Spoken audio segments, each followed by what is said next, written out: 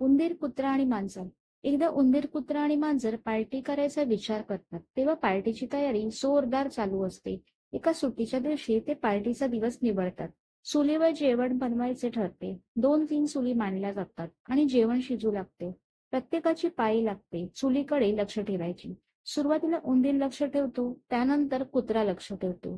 शेवटी मांजरीची पाळी येते. ती विचार करते, खूप वेळ आहे जेवण शिजायला, तर थोडा वेळ झोप काढूया. त्याप्रमाणे ती झोपते. नंतर थोड्या वेळाने करपल्यासारखा वास येऊ लागतो.